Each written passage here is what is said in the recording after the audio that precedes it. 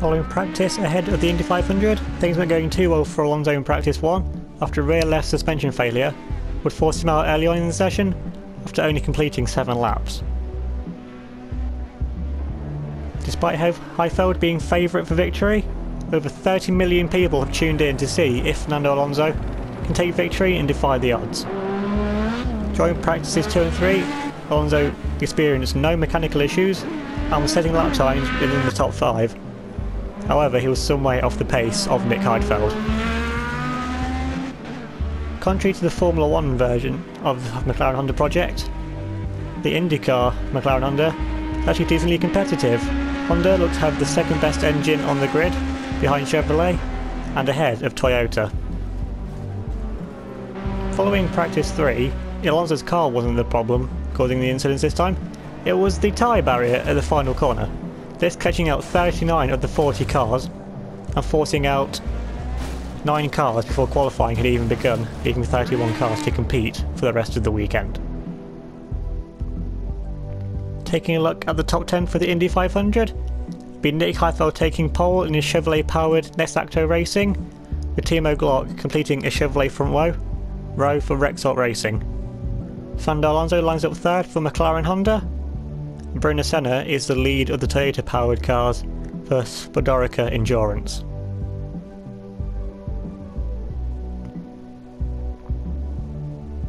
Takuma Sato lines up 5th in his Toyota-powered Certis Racing. Mark Webber is the second of the Honda-powered cars for Legio Logistics Racing. Kimi Raikkonen moved to IndyCar after being outed by Ferrari late in 2014. He starts from 7th for Optiliman Racing. Sebastian Bourdais, the defending winner, starts from 8th. Danica Patrick lines up 9th in the Honda-powered Curtis Cams Racing, and Joseph Newgarden completes the top 10 for the Chevrolet-powered Hunt Club Racing. Going after the start, of course, rolling start, lights out on the way they go. Nick Heidfeld looks like a good start, so is Timo Glock in 2nd, and even more for Bruno Senna started 4th. They're going to be looking to go 3 wide into turn 1, are they? So let's make it 3 wide. We turned him way too early, hits into the wall, forces Glock out wide. Now surely give Heidfeld the lead of the race, and now surely Alonso's already got back past now into 3rd position, so it looks. Now Nick Heidfeld already pulling away out in front. Looks like Alonso's being forced onto the grass there. Now the slipstream isn't too effective down this back straight, so Nick Heidfeld should have a pretty easy time of things in the lead. Now Alonso going side by side now with Mark Webber for 3rd, 4th position. Now Webber's going to dive it back up the inside now to keep it side by side with Fernando Alonso. Of course, most of the top 10 all F1 experienced, except for Joseph Newgarden and Danica Patrick. So pretty much all of these drivers know how each other races, because at some point they will race each other in Formula 1. Now Kimi Raikkonen is going to dive it up the inside of Fernando Alonso. Alonso was very hesitant through the final chicane there.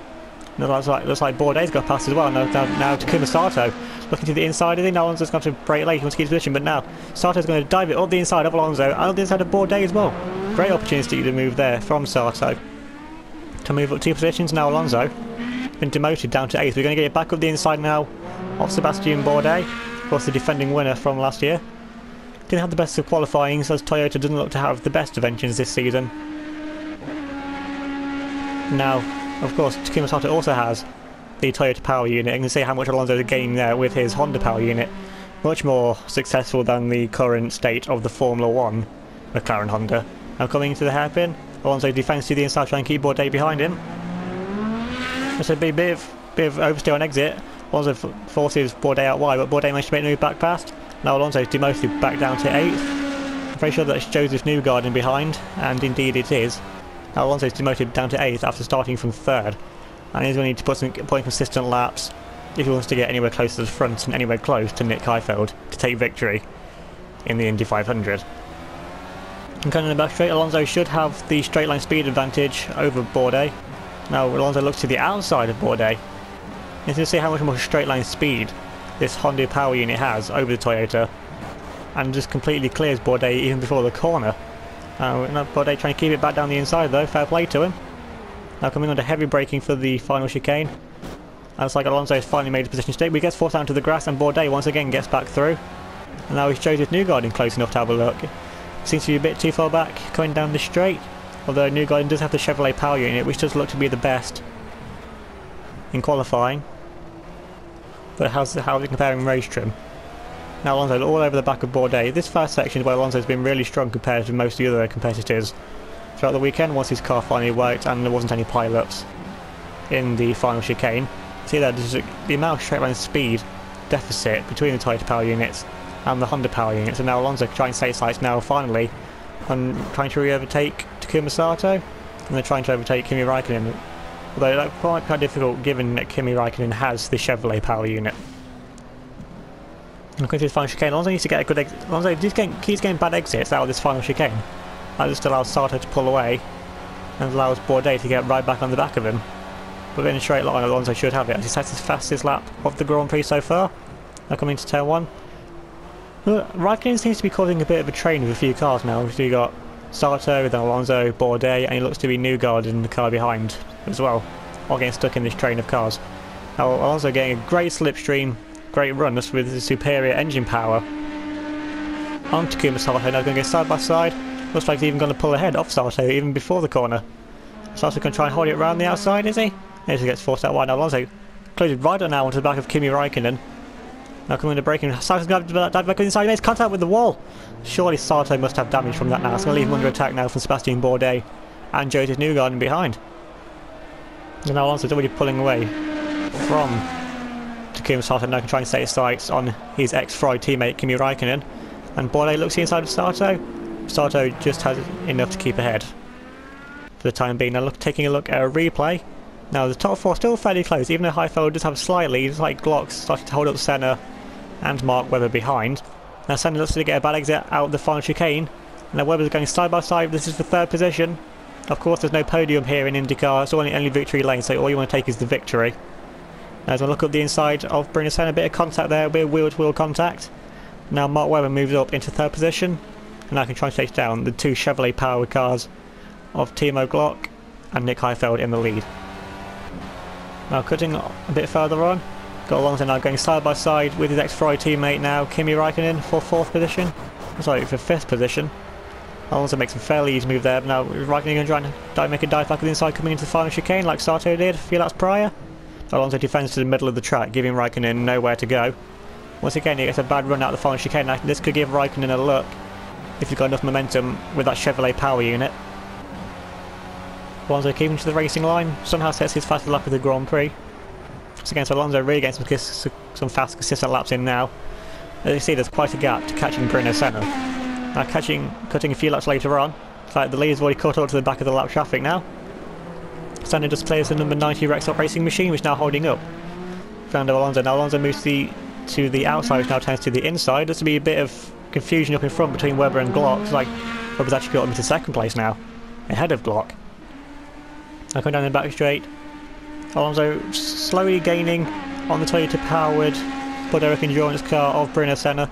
Again, just showing the weakness of the Toyota power units and pretty much showing how much a good job Bruno Senna's doing to keep it in 3rd position, try and fight for the win. As now, it's like Heifeld gets forced out wide there by one of the back markers. Now the back marker's forced into the wall by, looks like, by Bruno Senna. So unfortunate for them. Now Alonso moves up, somehow he managed to move up ahead of Timo Glock into 3rd position. Now can try and chase down. Mark Webber hits the wall, Mark Webber hits the wall coming into turn 1, trying to make a move on one of the back markers. Now surely Webber must have some kind of damage from that. He went airborne, I think, through the 3 of his wheels. Now Alonso right up behind Bruno Senna now. I come down the back straight. Alonso should have the straight line speed advantage. He does. Great driving there from Alonso to box Senna in behind the back marker. Now coming to the right-hander now, Bruno Senna's going to hold it right around the outside. Great driving there from the young Brazilian, of course. There's so much pressure on him to perform, as his uncle was, Ayrton Senna. And Webber's into the wall. Webber's out of the Grand Prix. He's lost a wheel. Now Senna's got stuck behind. Senna's stuck behind. Senna's into the wall as well. We saw in practice this final chicane would cause problems. We didn't think it caused problems like these. And now Alonso's up into 2nd, Glock's back up into 3rd. Now you can see there, that the rear wing there, the 28. Bruno Senna's still stuck in the wall. Of course he can't reverse out yet, because cars coming. Now it looks like to be a clear period now of cars where Senna can finally pull out and get going again. But any chance of scoring the win has completely gone now for the young Brazilian, and hope he'll try again next year if he has a seat in IndyCar like next year. This is. I'm hopeful now to try and get the best result you can. Now cutting quite a few laps later on now onto lap 18. Here's Bruno Senna trying to lap the number 90 racing machine for the second time. Now he's going to pull to the inside. Number 90, seen quite a lot of that car this race. And it's not making it too easy for Heifeld to take the position, but what's happened in the final corner? Bourdais in the wall, and number 25 lost his wheel, and Senna's got Heifeld's got stuck. Heifeld's stuck, he's crashed into the 25. I'm sure he's going to need to get going at some point now. Before Alonso comes along and somehow takes the lead, and there's going to be a huge pile-up of cars. I can already see this happening. Now here comes Glock, Senna and Alonso. Alonso just completely hits into the back of Glock there, of course, not expecting everyone to be completely stopped. Now this is a huge pile-up of cars. You've got Sato, Heifeld, everyone's stuck in this. Alonso, there's a gap there. Alonso's found the gap, but he hasn't managed to make the turn. Now he's going to need to reverse before he gets going. That's like the 25 trying to shove his car around the wall. Sato gets going, now Alonso's going, but Alonso is into the lead of the Indy 500. What controversy here. Now Heifeld going to get going? Now Heifeld finally does get going. But he's going to have lost a lot of time now to Fernando Alonso. Despite having the Chevrolet power unit, you saw that Alonso actually caught up to Nick Heifeld. It looks like Alonso does have the pace, even if Heifeld does have the power unit advantage. You can already see how far ahead he is, 25 seconds ahead of Nick Heifeld. You see Alonso's car weaving on the straight, so I think he does have some suspension damage from the contact in the pile-up of cars. And now coming back around, has the pile-up cleared? Oh, it's like Alonso's just the god. Just as soon as Alonso comes along, all the cars magically clear out of the way. Now Alonso coming right up behind Takuma Sato. Now but Sato a lap down. Of course, Sato started in the top 10, so we know he's got the pace, and so he had the pace to overtake Alonso earlier on in the race. Now he's got to try and make the move ahead to try and lap Sato. Of course, Sato is not going to be the easiest car in the world to overtake. We saw Nick Heifeld was having trouble with the number 90 Rexall racing car. This seems to be the slowest car on the grid. How Alonso going to fare with the car that started in the top 10? It seems Sato moves to the outside, gives him literally knows what he's doing. Now Alonso comes around to lap the number 90 Rexall Racing for what I think will be the third time. Number 9 Rexall Racing really not having a good showing here in this race. Now that just puts Sato a lap down. Now there's quite a few more cars ahead of Fernando Alonso, and he'll be hoping they don't cause another pile-up anytime soon. Now looks like Alonso's next lead lap car to put a lap down starting the top 10 will be Danica Patrick, who started 9th, and of course Danica Patrick also has a Honda power unit in the back of her car. So the straight line speed advantage shouldn't be any different, it'll be about the driver through the corners. To be fair, Danica Patrick, she is a decent driver, but I don't think she can compare to Fernando Alonso, despite Danica Patrick having more experience with IndyCars, and you see Alonso's already right onto the back now of the young American. Now coming down straight, gaining in the slipstream, not much between them, of course because they've both got the Honda power units, so there wouldn't be much between them. Now coming around the left-hander, Alonso just needs to brake early and not ram into the back of Danica Patrick or anyone else. Danica Patrick actually tries to go for a dive up the inside of one of the back markers, which doesn't work out. She takes a compromise line through the final chicane, and now let's joy, yep, that's definitely put her now a lap down, and now she's going to be under attack now from Takuma Sato, coming down the straight. Of course, Sato has the momentum despite having the Toyota power unit. Now coming on to the final lap of the Grand Prix, all Alonso needs to do now is keep it clean. Of course, you've got two battling cars behind, but that'll be for position between those two.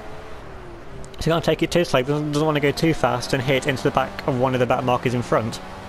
You see Alonso 25 seconds clear, nearly 25 seconds clear of Nick Heifeld in second, so he's got this race in the bag if he can just take it through the final chicane. Of course that's suspension damage. You see Alonso's car almost crabbing on the straights now because it's just going to get progressively worse. Alonso's coming up now to the final chicane. So if you enjoyed this race, remember to leave a like. Thanks for watching. Subscribe if you're new. Now coming up to the finish line, Fernando Alonso is going to win the Indy 500.